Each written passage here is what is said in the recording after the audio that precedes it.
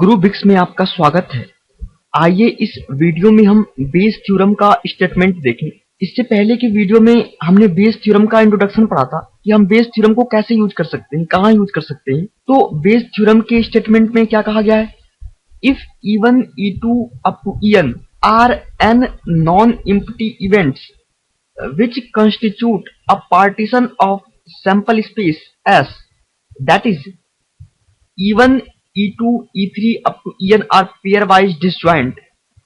जब हमने partition of sample space पढ़ा था तो उसमें हमने क्या कहा था कि अगर हमारे पास E1, E2, E3 up to En ऐसे नॉन एम्प्टी इवेंट का सेट है अगर हमारे पास जो कि सैंपल स्पेस का पार्टीशन है, तो उस केस में E1, E2, E3 up to En के लिए क्या कंडीशन थी? Ei intersection Ej should be equals to 5.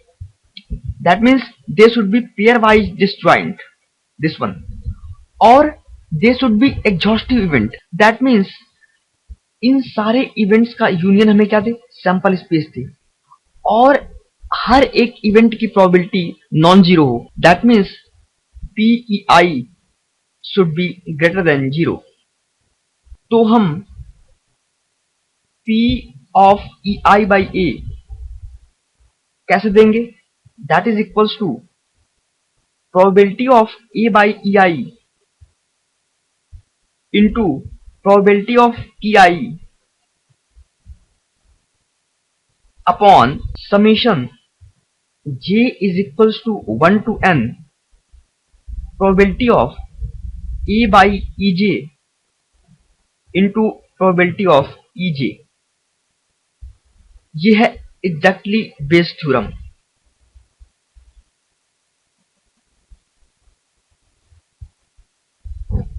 जहां पर I क्या है? I is equals to 1, 2, 3 up to N। Okay, तो आइए इसका प्रूफ देखते हैं। Proof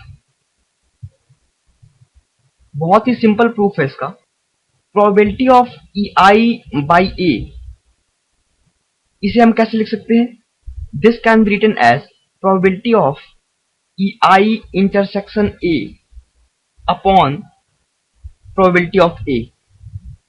bye using conditional probability हम इसे ऐसे लिख सकते हैं, और इसे हम एक और तरीके से लिख सकते हैं, probability of A intersection EI। Does it make any difference? No, upon PA। और इसे हम क्या लिख सकते हैं in terms of conditional probability?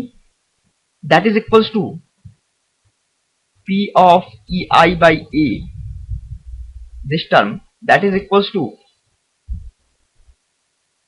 P of A by EI into P of EI, isn't it? इसे हम इन टर्म्स ऑफ कंडीशनल प्रोबेबिलिटी ऐसे लिख सकते हैं, अपॉन PA। और अगर E1, E2, E3 up to En ये सेट हमें सैंपल स्पेस का पार्टीशन देता है, तो हम by using total probability theorem P of A कैसे लिख सकते हैं? By using total probability theorem, by using total probability theorem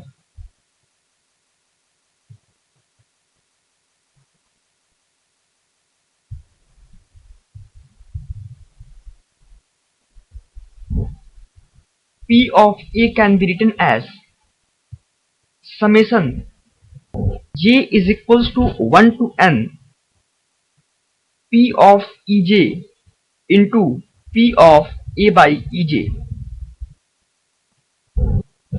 हमने यहां पे टोटल प्रोबेबिलिटी थ्योरम का यूज किया तो हमें ये मिला। तो हम P of EI by A को कैसे लिख सकते हैं? P of EI by A, P of EI by A can be written as P of A by EI into P of EI,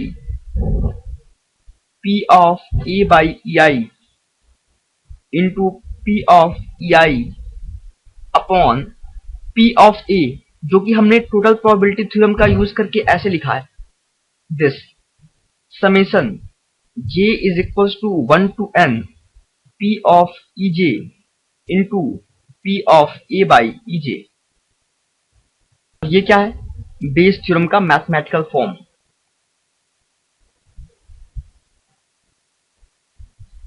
ये फॉर्म और क्लियर होगा जब हम एग्जांपल करेंगे बेस थ्योरम के। So I hope Bayes theorem clear होगा आपको।